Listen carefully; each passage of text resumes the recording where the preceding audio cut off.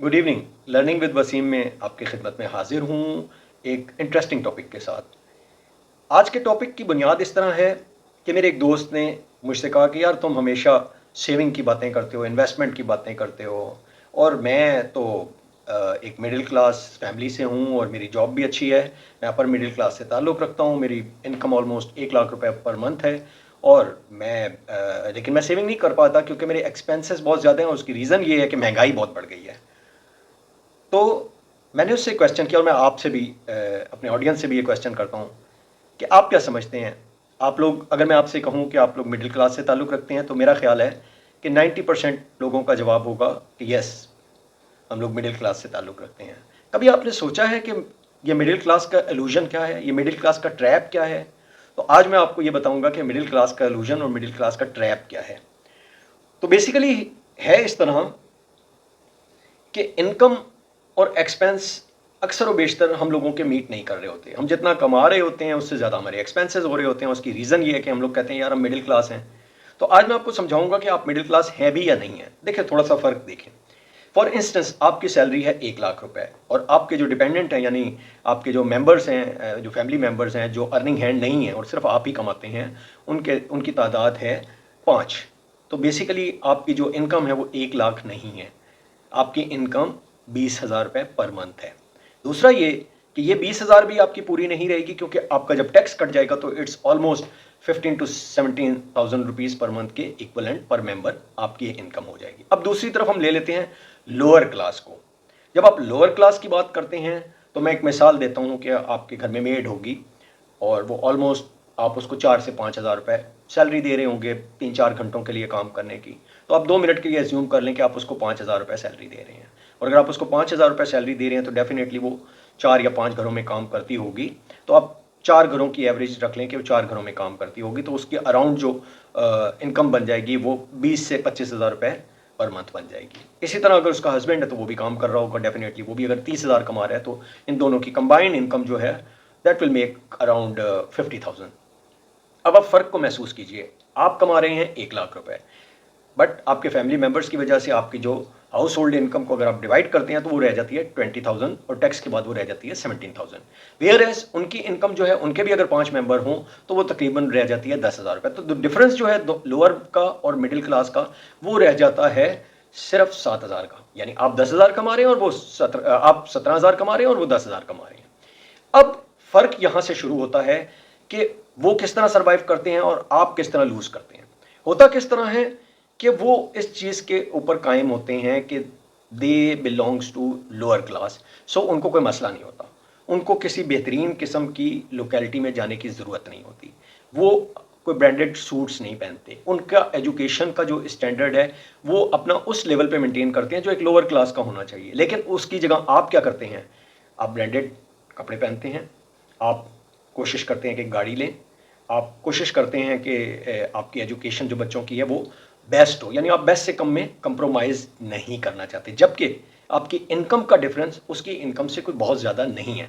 तो रिजल्ट क्या होगा कि डेफिनेटली आपको अपने एक्सपेंसेस मीट करने के लिए हमेशा हमेशा बैंक से या किसी भी लोगों से बोरोइंग करनी पड़ेगी। और ये बोरोइंग अगर आप बैंक से करेंगे, जो कि इस चीज़ के लिए तैयार बैठे हैं कि वो आपको ये रियलाइज़ करा देंगे कि आपकी तो 1 लाख रुपए सैलरी है, आप तो अय्याशी करें, आपको ज़रूरत क्या है, आप गाड़ी भी लें, हम आपको लोन पे दे देंगे, आप क्रेडिट कार्ड भी लें, उसकी लिमिट बढ़ा देंगे।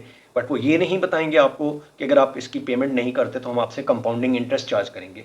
और कंपाउंडिंग इंटरेस्ट क्या है? अगर आप कंपाउंडिंग इंटरेस्ट को गौर से पढ़ेंगे तो आपको आइडिया होगा कि अगर 1 लाख रुपए के ऊपर वो आपसे 20% या 15% चार्ज करते हैं, तो अगले साल वो 1,15,000 रुपए पे इंटरेस्ट 1,15% चार्ज कर रहे होंगे। And then so on, income आपके स्पेंडिंग और इंटरेस्ट दोनों को मिला के उस पर होती जाएगी। तो 4 साल, 3 से 4 साल में आपकी ये रकम डबल हो चुकी होगी जो आपने उनको पे करनी है।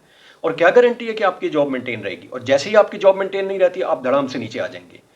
जबकि दूसरी तरफ लोअर क्लास के जो लोग होंगे, वो चूंकि उन्होंने अपनी लोकेलिटी को मेंटेन नहीं करना, उन्होंने अपने ब्रांड्स को मेंटेन नहीं करना, उन्होंने एजुकेशन में भी थोड़ा सा कंप्रोमाइज़ कर लेना है, तो रिजल्ट क्या होगा कि उनकी सेविंग आपसे बेहतर होगी। और जब उनकी सेविंग आपसे बेहतर होगी तो वो एक घर भी बना लेंगे। आप ये सोचेंगे कि मैंने तो बेहतरीन लोकेलिटी में घर लेना है, अदरवाइज मैं तो किराए पे जाऊंगा। बट वो ये सोचेंगे कि हमने थोड़ी सी कंप्रोमाइज सोसाइटी में या कंप्रोमाइज जगह पे घर लेना है और हमने किराया बचाना है, सो वो वहाँ घर ले लेंगे। और एट द एंड क्या होगा कि अब वो किराया भी बचा रहे होंगे और आप किराया पे कर रहे होंगे। सो होगा क्या कि 3 से 4 साल के बाद वो सेल्फ सफिशिएंट होंगे, आप सेल्फ सफिशिएंट नहीं होंगे। आपको जॉब में कंप्रोमाइज करना पड़ेगा। आप हर वक्त इस फिक्र में होंगे कि मेरी जो जॉब है वो कहीं लूज ना हो जाए, क्योंकि जॉब लूज हो गई तो मैं क्रेडिट कार्ड के बिल कहाँ से दूंगा, मैं गाड़ी की इंस्टॉलमेंट कहाँ से दूंगा, मैं घर का रेंट कहाँ से दूंगा, मैं बच्चों की फीस कहाँ से दूंगा।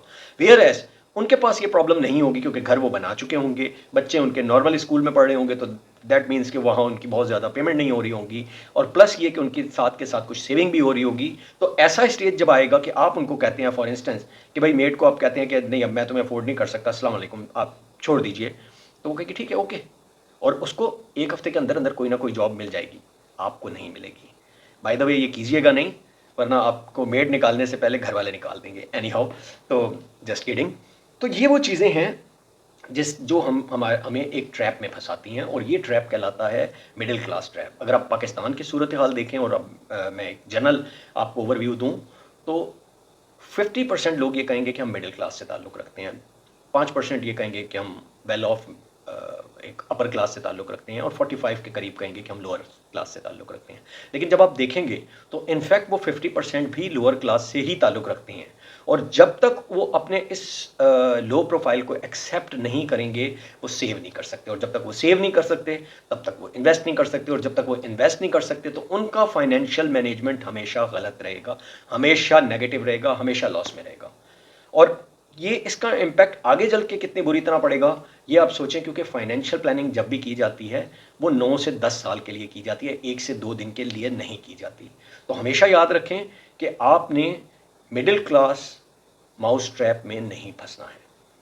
थोड़ा सा आपको प्रॉब्लम ज़रूर होगा डेफिनेटली, आप जिस लोकेलिटी में बैठते हैं या फ्रेंड्स में बैठते हैं, आपके अपने दोस्त आपको कहेंगे कि यार देखो आपके ग्रुप में वो भी जॉब कर रहा है, वो भी जॉब कर रहा है, और उसकी भी सैलरी ऑलमोस्ट आपके जितनी है या इवन आपसे कम है, और उसने तो गाड़ी रखी हुई है और आप अभी तक मोटरसाइकिल पे जा रहे हो, और आपको ये शौक भी होगा।